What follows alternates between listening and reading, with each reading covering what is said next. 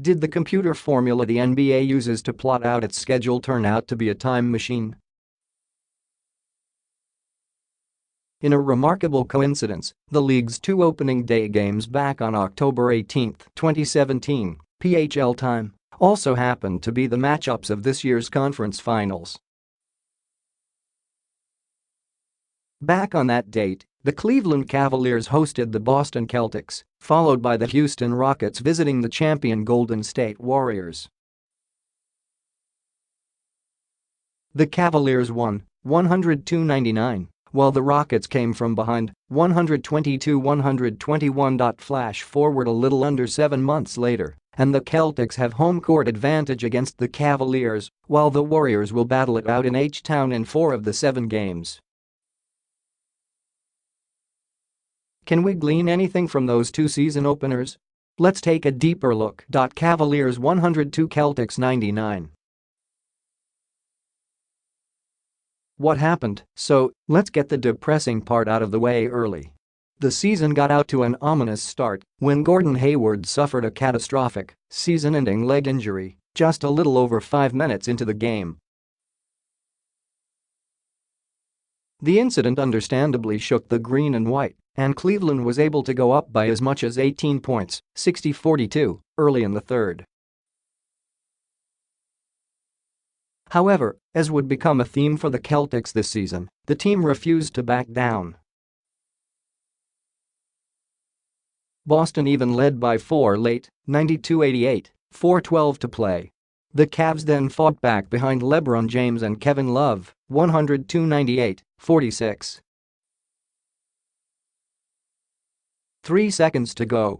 A free throw by former Cavalier Kyrie Irving made it a single-possession game, and after James missed a three-pointer, Jaylen Brown and Irving both missed looks to force overtime, allowing the home team to get the victory. What's different? The Cavaliers are definitely different. On opening night, the team started James, Love, Jay Crowder, Dwyane Wade, and Derrick Rose, and the latter three are no longer on the squad, along with Channing Frye, Iman Shumpert, and Isaiah Thomas. In their place, the Cavaliers landed Rodney Hood, Jordan Clarkson, and Larry Nance Jr.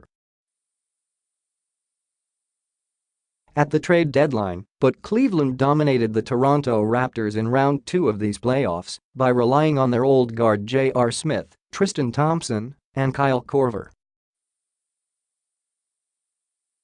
As for the Celtics, Irving won't be able to earn some revenge against his old team because he was ruled out for the remainder of the season due to knee issues. He and Hayward aren't the only ones sitting this out. Reserve center Daniel Theis will also be riding the bench for this one because of a knee injury too. If there's a silver lining though, all of those injuries have forced Boston's young guns to grow up quickly. Terry Rozier, Jaylen Brown, and Jason Tatum have all shined given more responsibilities. We'll have to see if it's enough to dethrone the king, though. Rockets 122, Warriors 121. What happened? After a tight first quarter, the Warriors zoomed away to a big lead in the middle 2 periods, leading by as much as 17 points and boasting of a 13-point cushion, 101-88, entering the fourth. The good vibes of the champions didn't last though, as Chris Paul led a 13-3 run to pull his team within 3, 104-101, still 8:56 remaining in the game. Paul unfortunately couldn't close things out as a knee injury sidelined him with 4:47 left. He actually joined the Warriors' Draymond Green on the injury list, as Green didn't check back into the game in the fourth because of similar concerns. With the players on the court, the Rockets closed the gap and took over 122-121, 44. 1 seconds remaining after P.J. Tucker charities. Houston had a chance to grow their lead following a Stephen Curry turnover, but James Harden missed a three-pointer. The Warriors sued for time and went to Curry anew for a game winner, but his shot was off, allowing the Rockets to start the season on a high. What's different? Both the Warriors and the Rockets failed to make any moves during the trade deadline.